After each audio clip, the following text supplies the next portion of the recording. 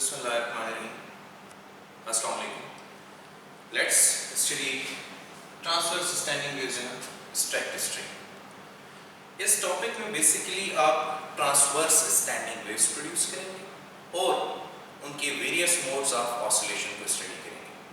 उन various modes of oscillation के लिए फ्रीक्वेंसी ऑफ ऑसिलेशन को कैलकुलेट किया जाएगा और फिर कंक्लूजन वहाँ से हम इन्फर करेंगे कि हमें क्या रिजल्ट्स मिल रहे हैं। तो इनमें कंसिडर कीजिए, ये आपके पास एक स्ट्रिंग है जिसे क्लैंप किया गया है tightly between these two fix support. ये फ्रैक्शनलेस सपोर्ट्स हैं, रिमेंबर। तो these supports will act like node और इस स्ट्रिंग को जब आप मिडिल से प्लग करेंगे तो फिर ये एक सिंगल लूप में ऑसिलेट करना शुरू कर देगी। The key to understanding this topic is to draw the diagram. तो आपने पहला स्टेप क्या लेना है? You have to draw the diagram of this topic. जब डायग्राम बन जाएगी तो उसके बाद second step, plug the string. आप स्ट्रिंग को प्लग करें। फॉर एग्जांपल आप स्ट्रिंग को मिडिल से प्लग करते हो, ये पॉइंट है। जब आप इसको मिडिल से प्लग करते हो तो it will oscillate in a single loop. ये सिंगल लूप में ऑसिलेट करेगी। तो एट अ टाइम या तो इससे डाउनवर्ड होना है या अपवर्ड होना है। इस स्ट्रिंग की लेंथ L है और इस वक्त इस लेंथ में कितनी वेवलेंथ्स अवेलेबल है ये आपने चेक करना होगा। तो थर्ड स्टेप हमारा क्या होगा कि हम ये चेक करें कि इस लेंथ में इस प्रोड्यूस होने वाली वेव की, ट्रांसवर्स वेव की कितनी वेवलेंथ है। तो आप देख सकते हैं node to node distance in an standing wave is equal to half of wavelength. तो यहाँ पे जो वेवलेंथ होगी वो λ1/2 होगी। हम यहाँ पे वेवलेंथ लिख देंगे, λ1 इज 2L। तो इस स्ट्रिंग की लेंथ से डायग्राम क्यों जरूरी थी कि इस स्ट्रिंग की लेंथ के अंदर कितनी वेवलेंथ्स होंगी ये हमें डायग्राम से पता चलेगा। ये इसका फर्स्ट मोड ऑफ ऑसिलेशन है, इसलिए मैंने यहाँ पे λ1 लिखा। अब मैं कैलकुलेट करना चाहूंगा फ्रीक्वेंसी। फ्रीक्वेंसी के लिए मुझे स्पीड की भी जरूरत है, तो v is equal to square root t into L over m। Speed of transverse waves in a stretched string ये मैं अपने लेक्चर नंबर 1 में ऑलरेडी करवा भी चुका हूँ आप लोगों को, तो उसमें आप लोग जाके दोबारा रिविजिट कर सकते हैं कि ये फॉर्मूला और इसका मतलब क्या है, कहाँ से आया। फ्रीक्वेंसी के लिए मुझे स्पीड और वेवलेंथ की जरूरत है। So by using the general formula f is equal to v by λ1, f1 is equal to v by λ1। अब अगर मैं v की वैल्यू पुट कर दूं और λ1 की भी वैल्यू पुट कर दूं तो मेरे पास रिजल्ट क्या आएगा? λ1 के लिए 1/2L और यहाँ पर square root t into L over m। अच्छा, क्योंकि इस इक्वेशन में सारे कांस्टेंट्स हैं, tension in the string remains constant, the length of the string remains constant, the mass of the string remains constant, तो इसको आप ओपन ना करें तो ज्यादा बेहतर होगा और जनरल फार्मूला बना लें f1 is v/2L। ये आपके पास फ्रीक्वेंसी है इस फर्स्ट मोड ऑफ ऑसिलेशन के लिए। अब इन स्टेप्स को आप रिपीट करें। f1 आपको मिल गया, ये आपके पास फर्स्ट और लोएस्ट पॉसिबल फ्रीक्वेंसी है। इसके बाद दोबारा स्ट्रिंग को प्लग करें, डायग्राम बनाएं और स्ट्रिंग को प्लग करें एक डिफरेंट पॉइंट से। कहां से प्लग करें? अभी आपने हाफ लेंथ या मिडिल पॉइंट से प्लग किया था, अब आप हाफ के हाफ यानी क्वार्टर पे चले गए, क्वार्टर से प्लग कर रहे हैं इसे। तो again will draw the diagram first. अब मैं इन स्टेप्स को फॉलो करूंगा और जब मैं इसको, ये मिडिल है, मिडिल का मिडिल क्वार्टर होता है, क्वार्टर से प्लग करूंगा। आई प्लग इट लाइक दिस। इसको यूं प्लग करेंगे। जब यूं प्लग करेंगे तो ये हाफ वेवलेंथ ऊपर और ये हाफ वेवलेंथ नीचे। अब ये नोड और ये node, the distance between the consecutive nodes is half of wavelength. अब ये सेकंड मोड ऑफ ऑसिलेशन है, तो यहाँ पे λ2/2 प्लस यहाँ से यहाँ तक λ2/2। तो आपके पास रिजल्ट आएगा द लेंथ इज 2 λ2/2। कैंसिल हो जाए तो आपके पास रिजल्ट आएगा λ2। तो पहला स्टेप भी हमने कर लिया। दूसरा स्टेप, हमने स्ट्रिंग को प्लग करना था तो हमने स्ट्रिंग को यूं प्लग किया, लाइक इस पॉइंट को ऊपर, उस पॉइंट को नीचे ले। और फिर हमें थर्ड स्टेप भी मिल गया है कि λ2 is equal to l। Fourth step में स्पीड हमें ऑलरेडी पता है, तो बस अब हम f2 की तरफ जाएंगे। f2 is equal to v by l। ये फ्रीक्वेंसी है for second mode of oscillation. अच्छा, अगर हम इसको लिख लें f2 is equal to 2v bye 2l, तो कोई फर्क तो नहीं पड़ता इक्वेशन पे, लेकिन ये v by 2l, this v by 2l is equal to f1। तो इसको हम लिख सकते हैं f2 is equal to 2f1, यानी second frequency is greater than the first one. It is actually the double of the first frequency. यहाँ पे आप एक बात नोट कीजिएगा, फ्रीक्वेंसी इंक्रीज हो तो वेवलेंथ डिक्रीज होती है। तो देखिए यहाँ पे वेवलेंथ कम हुई है, ज्यादा नहीं हुई। अमूमन स्टूडेंट ये सोच बैठते हैं कि इस डायग्राम में तो हाफ वेवलेंथ आ रही थी, यहाँ पे तो फुल वेवलेंथ आ रही है, तो यहाँ पे वेवलेंथ बढ़ गई है। नहीं, देखिए the wavelength is the distance between two consecutive nodes. यहाँ पे दो नोड्स के दरमियान डिस्टेंस बहुत ज्यादा है, यहाँ पे दो नोड्स के दरमियान डिस्टेंस कम हो गया है, तो वेवलेंथ डिक्रीज हो तो फ्रीक्वेंसी इंक्रीज होगी if you keep the speed constant. और स्पीड तो कांस्टेंट है क्योंकि स्पीड किन फैक्टर्स पे डिपेंड करती है, टी, एल और एम। और मैंने इन तीनों में से किसी भी फैक्टर को नहीं छेड़ा इस स्ट्रिंग को प्लग करते हुए। तो इसका मतलब ये हुआ कि यहाँ पे स्पीड कांस्टेंट है, तो जब फ्रीक्वेंसी इंक्रीज होगी तो wavelength will automatically decrease in order to keep the speed constant. अच्छा, एक और भी करते हैं, इसके ऊपर एक और प्रैक्टिस करते हैं। यहाँ पे मैंने क्वार्टर पे प्लग किया था, 1/6 लेंथ पे प्लग करता हूँ मैं। जब हम इसको 1/6 ऑफ द लेंथ पे प्लग करेंगे तो ऐसे हालात में क्या होगा, 1/6 ऑफ द लेंथ पे प्लग करोगे तो यहाँ पर आपके पास ये 1/6 ऑफ द लेंथ है, फिर ये मिडल और ये फिर 1/6। तो इसको ऊपर की तरफ, इसको नीचे की तरफ और इसको ऊपर की तरफ जाना है। तो आपके पास यहाँ पर 3 हाफ वेवलेंथ्स एस्टैब्लिश होंगे। ये अगला हायर नोड है, तो यहाँ पे भी नोड नोड नोड और नोड। देखिए यहाँ पे 2 नोड्स थे, यहाँ पे 3 नोड्स आ गए, यहाँ पे 4 नोड्स आ गए। अब जो लेंथ है दैट इज इक्वल टू ये λ3/2, λ3/2 और λ3/2, 1 2 3 λ3/2। शिफ्ट करें, λ3 की वैल्यू आपके पास आएगी 2l over 3। So f3 is equal to v by λ3. So f3 is equal to v by 2l over 3. 3 को ऊपर शिफ्ट करें, f3 is equal to 3v by 2l and v by 2l is equal to f1. So f3 is equal to 3f1. अच्छा, keeping these results in mind, the lowest possible frequency is f1. The next higher order frequency is 2f1 and the next higher order frequency is 3f1. यहाँ पे missing क्या है? यहाँ पे missing है 2.1, 2.2, 2.3, 2.4, 2.5। यहाँ पे मिसिंग क्या है? 2.9। डायरेक्टली आप यहाँ पे मिसिंग क्या है? 1.1, 1.2। आप 1 से डायरेक्टली 2 पे आ रहे हो, 2 से डायरेक्टली 3 पे जा रहे हो, 3 से डायरेक्टली अगर मैं इस प्रोसेस को कंटिन्यू करूँ तो देखें रिजल्ट ये होंगे, f1 is v by 2l and f2 is equal to 2f1, f3 is equal to 3f1. So fn is equal to nf1. ये fn की वैल्यू होगी। जब भी कोई नई फ्रीक्वेंसी पैदा होगी वो हमेशा लोएस्ट पॉसिबल फ्रीक्वेंसी के इंटीग्रल मल्टीपल के बराबर होगी। यानी n की वैल्यू यहाँ पर 1 2 3 4 and so on।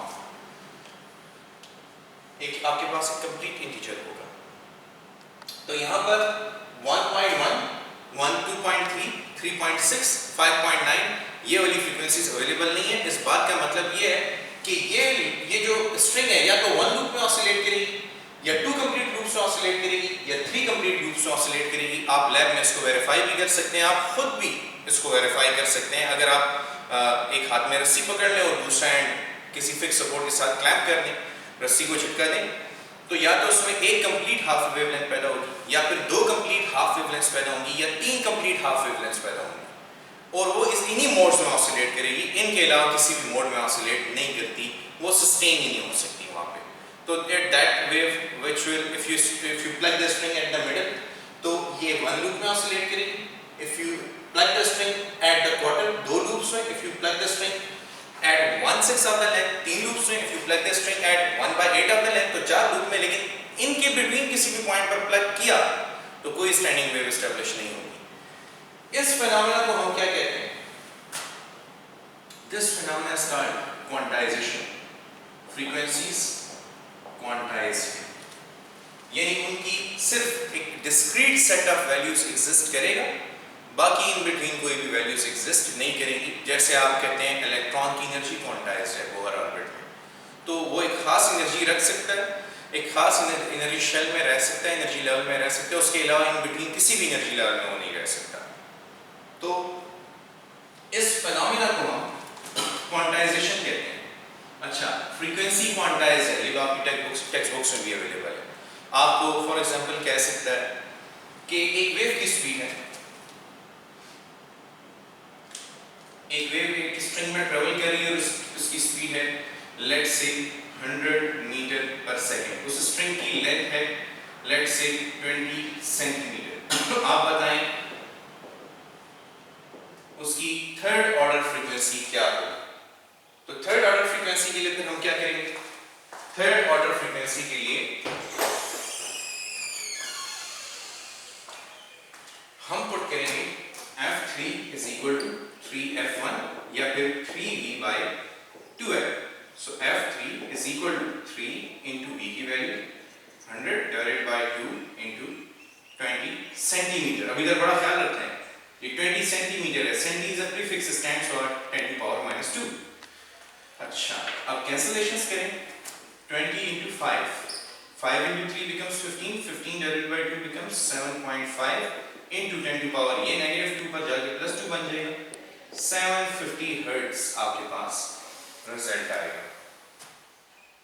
तो f3 आपके पास 750 हर्ट्ज है। तो एक क्वेश्चन एक टाइप के ऊपर डायरेक्टली ये हो सकती है कि आप बताएं कि अगर एक स्ट्रिंग 3 लूप्स में ऑसिलेट कर रही है तो उसकी फ्रीक्वेंसी क्या होगी?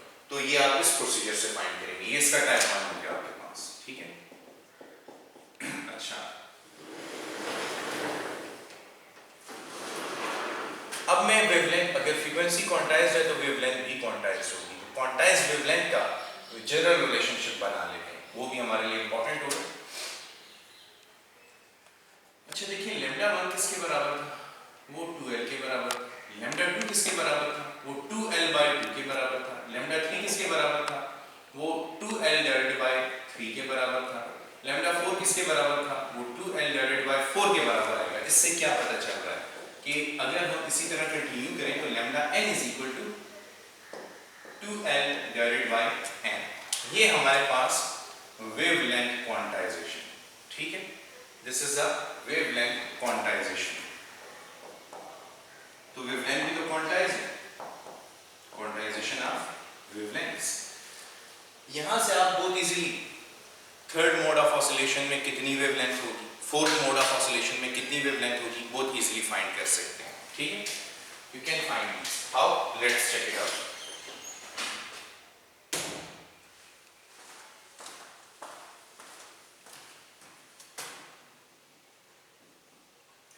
टाइप 2 में आ जाते हैं कि इसके ऊपर किस टाइप का क्वेश्चन पूछा जा सकता है, ठीक है। A string of length 50 centimeter oscillates in 5 loops.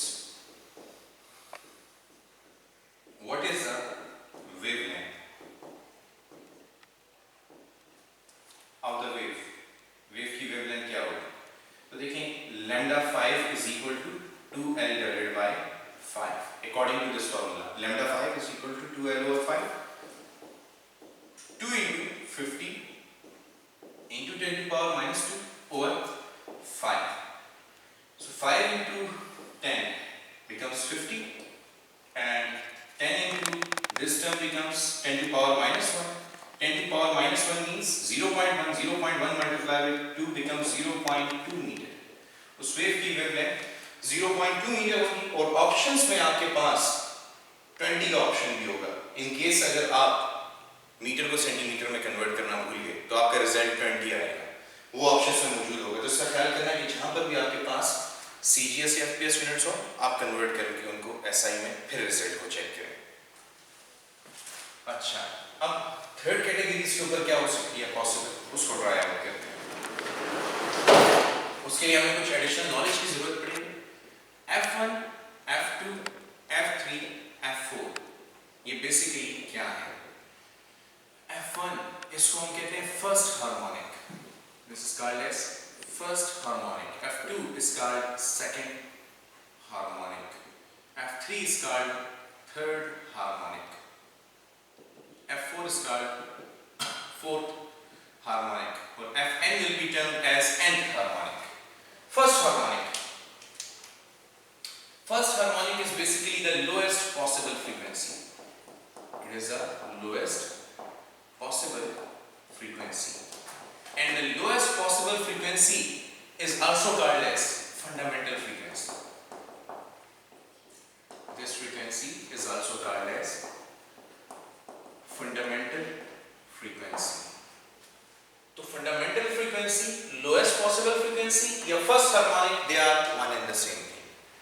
अच्छा, all frequencies above fundamental frequencies are called overtones.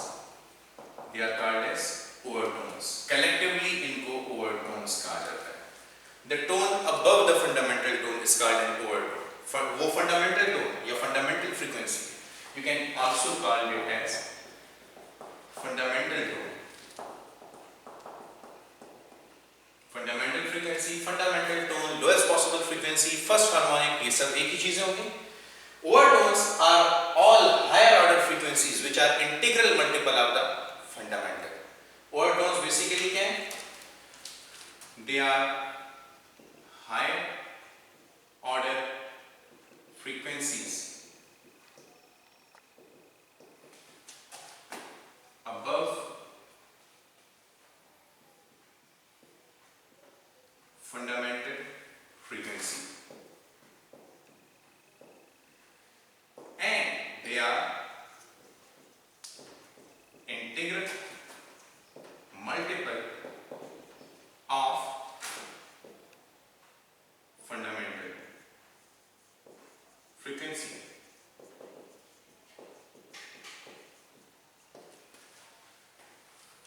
तो इसका मतलब देखिए, मैं आपको ये बता दूं कि सेकंड, थर्ड, फोर्थ और एन हार्मोनिक सारे क्या है? ये ओवरटोन है, frequencies above the fundamental frequency.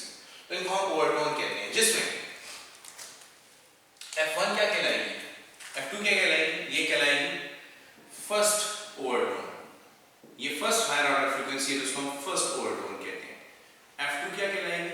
It is second overtone.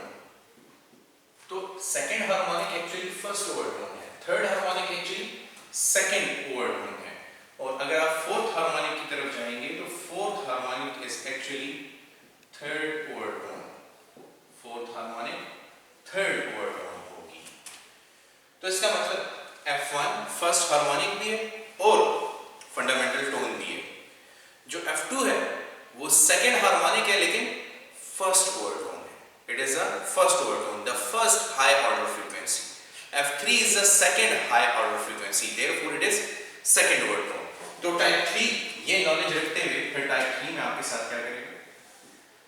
Type 3 में आपको ये कह देगा कि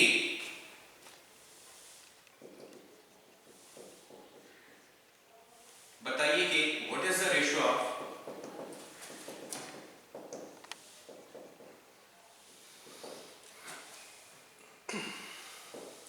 second harmonic to first overtone.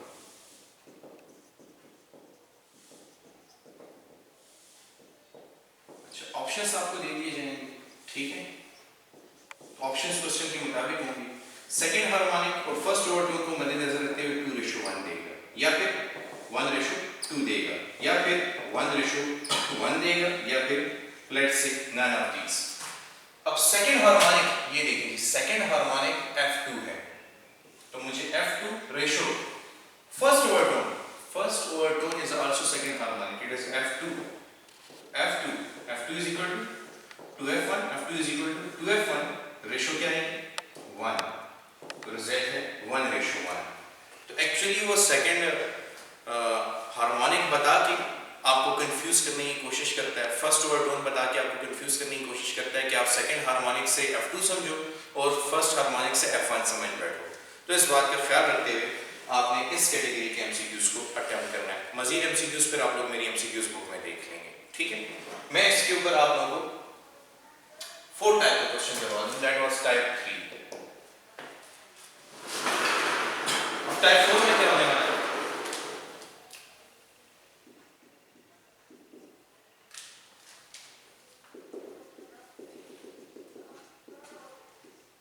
ये 4 टाइप कौन सी हो सकती है? अच्छा, a string